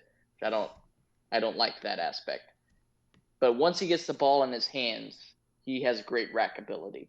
He's gonna throw some stiff arms out there, get some people out of his way, and make some noise. As far as NFL comparisons for him, I see him as possibly like a Jordan Reed or an Evan Ingram. He Okay, could yeah. really reach that level. And landing spots for him, I do think he's going to go in the second round. I do not think he climbs into the first, despite me having him in A. Uh, Landing spots for him would be the Panthers in the second round. Okay. That could be fun. Also to the Steelers, because I don't think the Eric Ebron experiment worked. I think they need to replace him. And giving Ben Roethlisberger a nice little safety outlet in his dying hours His is going to last be nice. hurrah. Yeah. And then also for the Saints to replace Jared Cook, Okay. because they can kind of just pick wherever, and they've got a lot of various holes, and that would fill one. No, no, 100%. I feel like yeah, Brevin Jordan definitely goes day two. Definitely goes in the second round. Um, now, I was struggling with debating on putting him either A or B as well myself. I think I'm gonna put him in B just because like you said, the contested catches, sometimes he doesn't necessarily fight so hard for them, which for me coming from a tight end is kind of I don't really like that from a tight end, but Yeah. he does have great like almost everything else, and he can work on contesting for those catches. I mean, he can work on it. So it's not that like he won't be great. He could still be great. I mean, going in the second round is still very good. That's still a very high prospect. And I do think that he'll go probably in like the middle of the second, maybe early second round, depending on if Fryermuth falls or not. But I do think he is a third tight end picked. And yeah, I don't. I mean, other than the names that you said, there aren't really too many other teams that I know off the top of my head that would, immediately take a chance on him in the second round. Um, but we'll be looking more into that when we do our mock draft. I don't know if we're going into the second round for our mock draft. I think we're just doing the first round. But we'll talk about like some of the people that we've talked about and like give a little bit more accurate of a spot where we think they're going to land. But yeah, so that is our tight ends. Again, just like at the wide receivers, let us know how you feel about this. It is just our opinions, and we would love to hear yours. But we are going to transition into the final segment of this podcast today, which is going to be talking about the AFC and NFC North. Now, let's start with the NFC North, and let's just start off with the one that's probably going to win the NFC North, the Green Bay Packers. I know you don't like I them, dislike their offseason. Yeah. No, I dislike the Packers and I dislike their offseason. I will always hate the Packers. They're probably the team I hate the most. I'll just go ahead and throw that out there. Any Packers fans that listen, you ain't going to like me much because I will but rag on them any chance I get. hey, But I got you, Packers I, fans. I got you. I got you. he does. Yeah. No, I can't stand them. And part of it's a little bit biased because you guys you managed to smack us in the playoffs a few times, and that's part of my hate. But there's various other reasons, but we can get into my hate another time. But I hate their off season. I dislike the decision of picking Aaron Jones over Corey Linsley. It just doesn't make sense. Running back contracts don't work out. The Cowboys are on the bad end of one right now. The Zeke contract, I love that he's here. Don't get me wrong. Zeke's my boy. I have a Zeke jersey I'll probably wear. But the contract isn't good. And Todd Gurley's contract didn't work out. Christian McCaffrey, as soon as he gets a contract, he gets hurt. He's gone pretty much. And who knows if he'll ever come back. I mean, running backs are so short lived, it doesn't make sense to give them big long term contracts. And then letting O linemen that, on the other hand, last forever and are always going to be there for you. Your running backs may change 10 times, but you're going to have the same offensive line blocking for them. You can't let them walk to keep your running back. So it doesn't make sense logistically. On the other side of things, though, I do like their decision to re-sign Kevin King and some of those defensive pieces.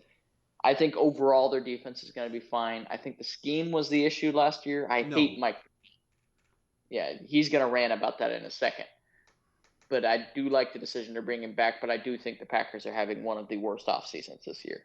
Yeah, the Packers haven't looked fantastic this offseason, but I'm not that low on them as you are.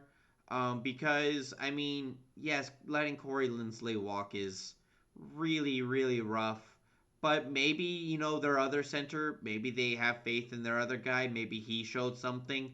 I mean, we don't know what goes on the practice fields. So maybe they valued Aaron Jones more than Corey Linsley because they had a for sure, next guy up kind of thing. But they didn't have another running back to fill in. Although I know running backs are easier to get than linemen, 100%.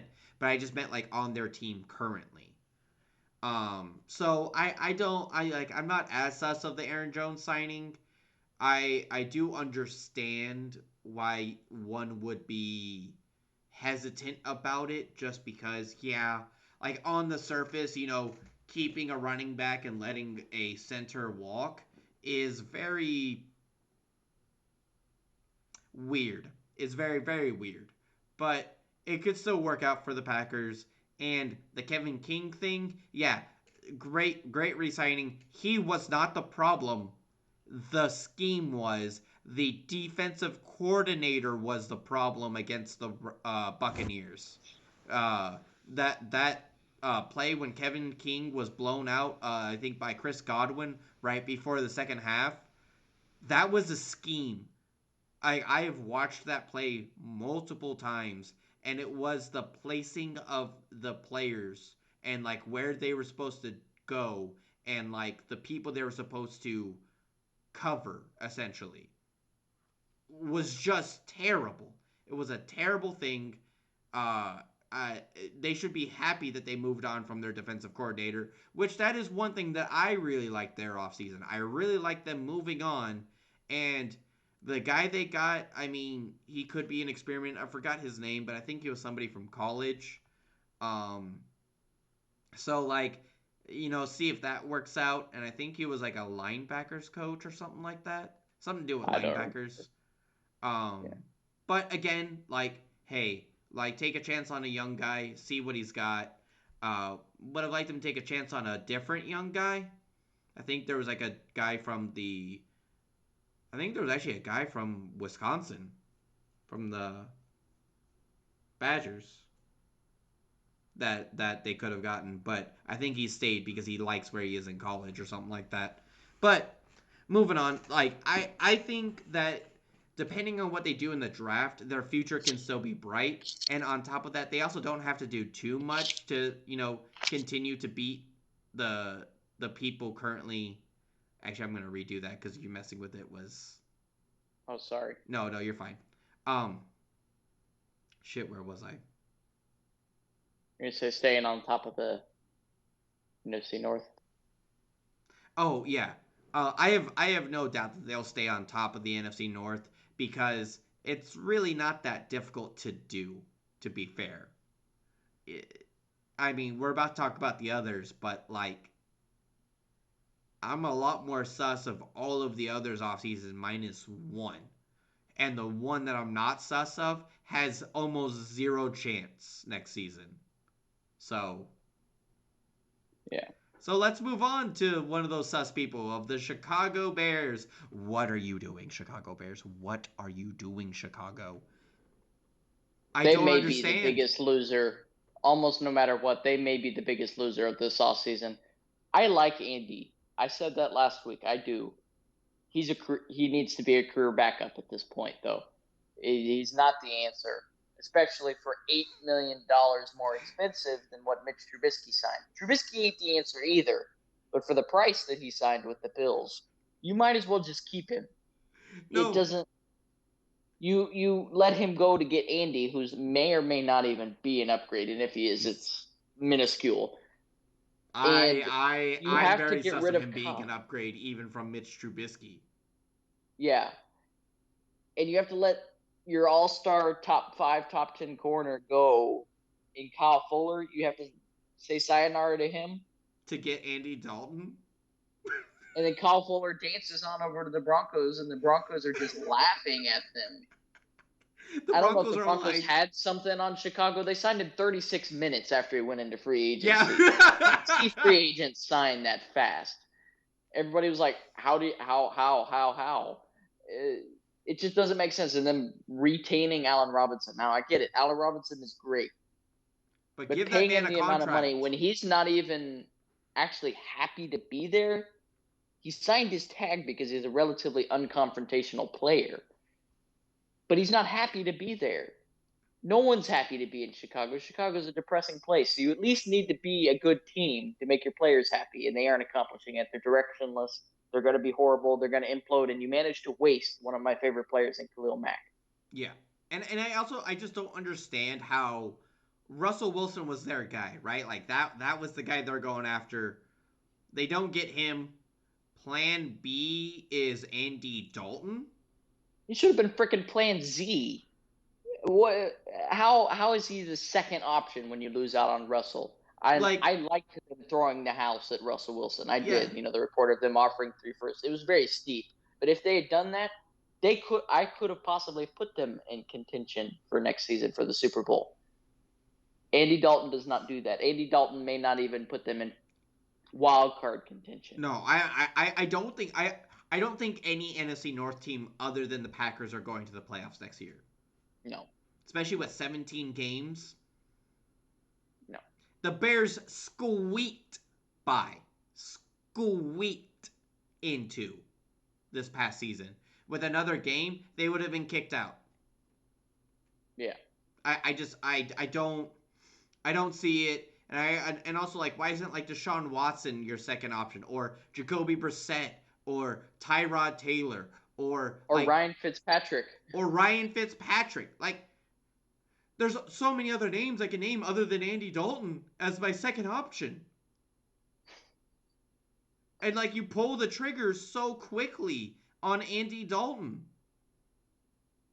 Yeah. It was like the day after the Seattle said no, or maybe it was the same day that Seattle said no, and they're like Andy Dalton. But moving on to another depressing franchise, Minnesota Vikings. What are you doing as I well? Like what? I like some of their moves. It's just they're moving laterally. They signed what Patrick Peterson, Xavier Woods, who I do like Xavier Woods. I think that's a nice pickup for him. And then I like their signing of Dalvin Tomlinson, even though it's a little expensive. But But when you move Harris, over to the other side, they let Anthony Harris leave. They let Kyle Rudolph leave. They let Riley Reef leave. They're just opening up these other holes while filling these other ones. So great. You they're upgrade not your down. actually accomplishing anything. They're Yeah, flatlining is what they're doing. yeah. I mean, I can't say they're going to be 8-8, but I mean, honestly, actually, I think they'll be 8-9. Like, I don't even think they're going to be 9-8. They're going to be 8-9. If even that good. Yeah. Kirk Cousins, you don't know which Kirk you're going to get on any given night. I love Captain Kirk, as they call him. I love him as a person, and he's fun to watch when he's doing No, well. yeah. One of the most I think he inconsistent could have QBs been. that there is. He could have been good if Washington hadn't screwed him over. But it's Washington too screwed late him over. now. He's inconsistent. You ain't going nowhere as a franchise, and that's the only time they're even winners is when Dalvin Cook is healthy and he's 50-50 on whether he's going to continue to stay healthy at this point. As Yep. with running backs, like I said earlier. So Sad day for the for some northern brethren, but a little bit of a bright spot for the Detroit Lions. Now, again, I don't think they're going to do anything next year, but yeah, they'll be lucky to win a couple games, yeah, but they're headed places. yeah. The Stafford trade, the value that they managed to get for him, while picking up a nice bridge QB and possible answer if he's able to resurge. Because he No, yeah. was a number If one I mean, overall pick for a reason. He yeah, was a Jared Goff number was a one first. overall pick Like, for a wasn't he the reason. number one pick? Like, Yep. he was the And not number that long one ago, pick. I didn't like him, granted, but No, but I like, think he's got it in him. yeah, like he get So like at he's still worst, you dump good. him in a year. At worst, you say bye because you ain't contending anyway right now. You're rebuilding and you managed to snag yourself 2 extra firsts. It was a good decision letting Galladay leave. I went in on Galladay last week. He got paid way too much. You're going to get a nice compensatory pick for him. You're set. And then picking up a nice piece in Jamal Williams to help their backfield. They're going to be a meh team next year. They probably will be in contention for the number one overall pick, but that's fine because then next year they can go give themselves a QB at the top of the draft Yeah, if they want it. Doesn't work out. yeah, They're yeah. they're headed towards an excellent rebuild with their head coach too. I like his energy, biting the kneecaps off, as he says. That, But and also it looks like they're finally going to actually have an identity because finally the owner is like, all right, let's not let's not suck. Let's get like a good GM in here, and let's get a good coach in here. Let's establish something between the three of us, and like let's get this ball rolling.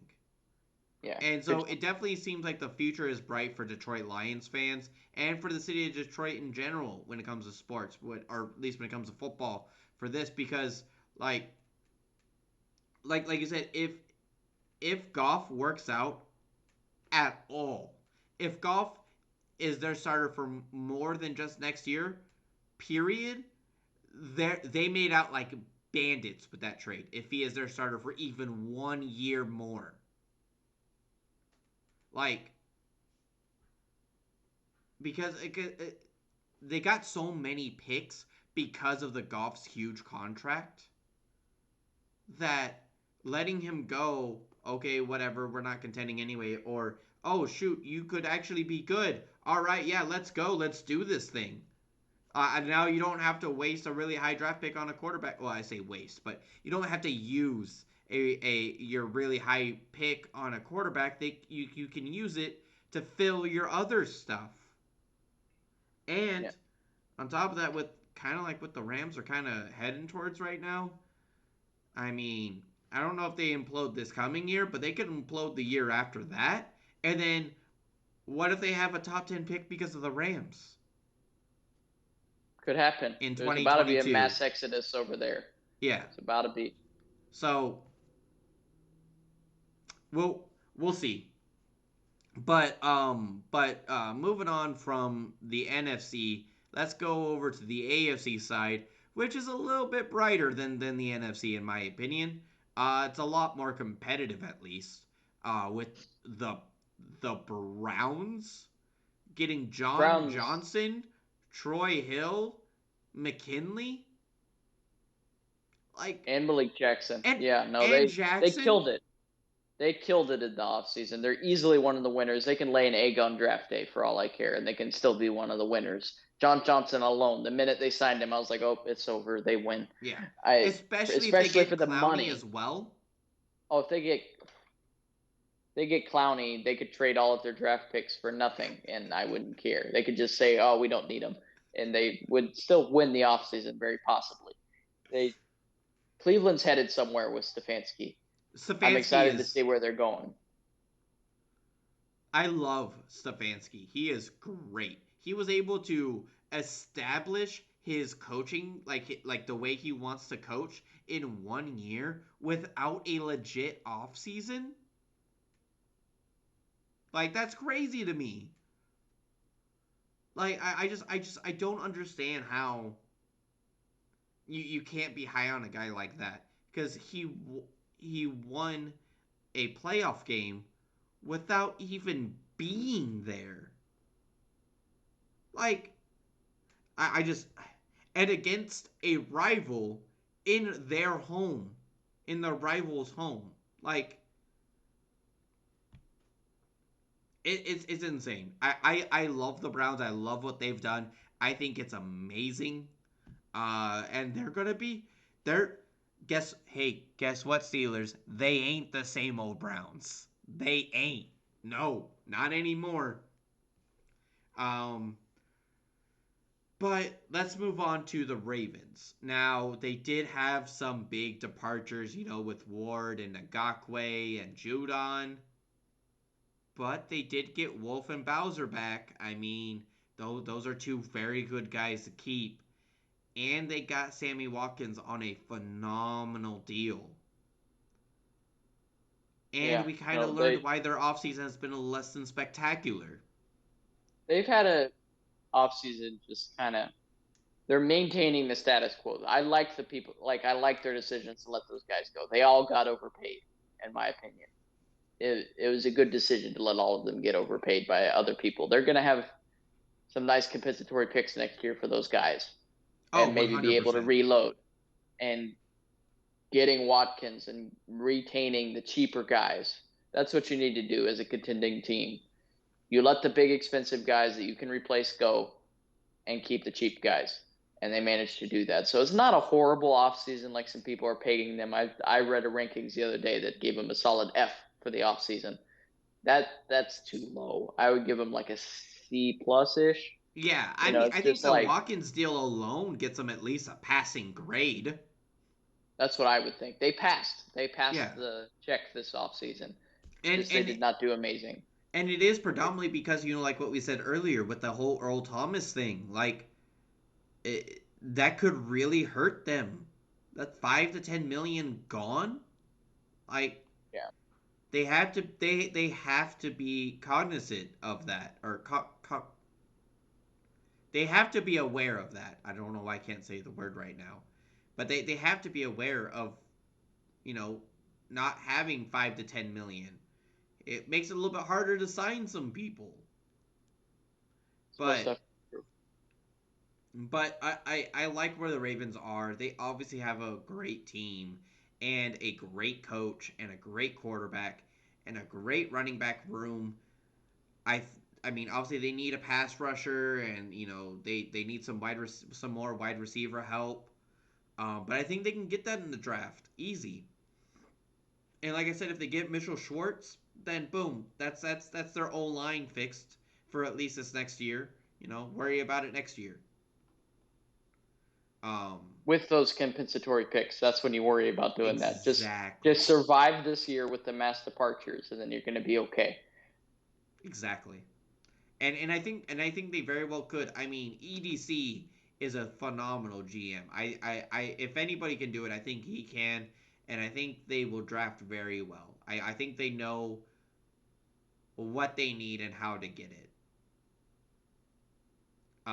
So I have faith in the Ravens. Ravens fans, you don't be too down on it yet. Wait to see what happens with the draft. But a team that I would maybe not be so happy if I was a fan of theirs is the Steelers. I Managed to bring don't. back Juju, the lone bright spot in their offseason. They managed to get him back for cheap for one more year, which is going to be a massive disappointment, I feel like, for the Steelers organization. They managed to lose everybody on their O line for an aging QB with injury issues. It's going to be a wonder to me if he manages to play the full first 3 games of the season without Oh yeah, and with sustaining them adding injury. another game, there's no way he plays the whole season. There's no way. Rip Roethlisberger. I don't No, like yeah. the guy, but he's. I do not envy him. I've got to feel a little sorry for him. He's about to get ripped apart. No, he 100% is. And the thing is that like he is a Hall of Famer. And so it is always really rough even if you don't like the guy cuz I'm not a big fan. I mean, I'm not a big fan of the Steelers in general, but I've also never really been a big fan of Ben either. But it's always real rough to see these guys go, limping out the door. It's never a fun sight. And So while I mean I might be able to laugh at some of the games that Ben does if he has some really historically bad games, at the same time, like I don't want to. I mean I will because I don't really care about the Steelers, but like he's a Hall of Famer. Like I don't like laughing at Hall of Famers their last season when they should be going out, at least on a semi high note, maybe not win it all, not everybody can, but at least go out, trying, like Drew Brees did. Even his was kind of sad, but at least it was more understandable. He had all of these injuries and he still made a decent run into the playoffs. He didn't just get smacked the first game in the playoffs. like someone else. Yeah. Um. But yeah, I'm very sus of the Steelers. I don't know where they're going from here, and they have to figure out that quarterback position real quick because Ben, there's no way in my mind Ben plays a full season this year, and there's no way in my mind that he doesn't retire after this year. So they have to have somebody waiting in the wings right now. Right now. They're smart. They go pick Kellen Mond at the end of the first if he manages to even be there. But his stock's been climbing. It has, so I doubt that. But yeah, no, I mean that wouldn't be a bad choice for the Steelers either. Um, but let's move on to the Bengals, which I am torn with the Bengals. I don't like losing Geno Atkins. I don't like them losing AJ Green. But they were the ones that picked up Reef. They picked up Reef from the Vikings. A decent move.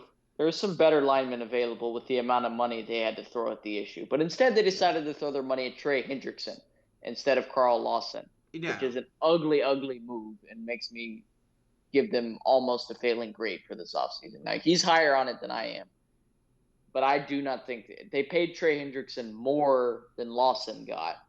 And I think Lawson's the better player. No, I'm not saying so. I'm higher on it because I understand wanting Trey Hendrickson. I don't understand paying him this much now, but like I see wanting him as a player. But yeah, no, definitely. I mean him. Like Lawson versus Hendrickson. Yeah, like I mean I would probably pick Lawson as well myself. Um, but I'm saying like I'm in between with giving them like a failing grade or not because they still kind of have some bright spots. They've got Joe Burrow. They've got the fifth pick in the draft, so they could turn it around if they really wanted to. But like at the same time, do you have faith for them to turn it around after what they've done so far this offseason? And that's where I'm conflicted. I am definitely leaning no, but it's just like they have this chance to maybe compete with the big boys in the AFC North. But are they going to? Because we've seen them Definitely time not after this time year. have a chance and just squander it. I mean, what, the two times they went to the playoffs, they were beaten by the Texans? They've went to the playoffs way more times than that. Then they never win. Yeah. That's you can't settle for making the playoffs and losing the first round, and that's at best what I see for the Bengals down the road right now. They're mildly improving, and they're already like cat. They last year they were bright. They started to show some potential until Burrow got hurt, and then this season they're like already starting to cap it off, being like, okay, we're getting there. No, Yeah. no, you're not, guys. Stop it. No, it's looking real sus. It's looking real sus. But yeah, that is going to be our podcast for today. Look forward to us talking, about the running backs and both the defense and offensive line for this next year's draft next week. And at the end, we're going to wrap it up with the NFC and AFC East, which I'm sure you'll be happy to talk about, Joel, considering one of your teams is, in that mix of Oh yeah, teams. Yeah. I'm looking Um, forward to it. but yeah, no, it's gonna be real fun, and obviously we'll still talk about storylines and all that good stuff next week. But until next week, that is us signing off. This is Two Nerd Sports. My name is Lee. And I'm Joel, and I'll see you next week.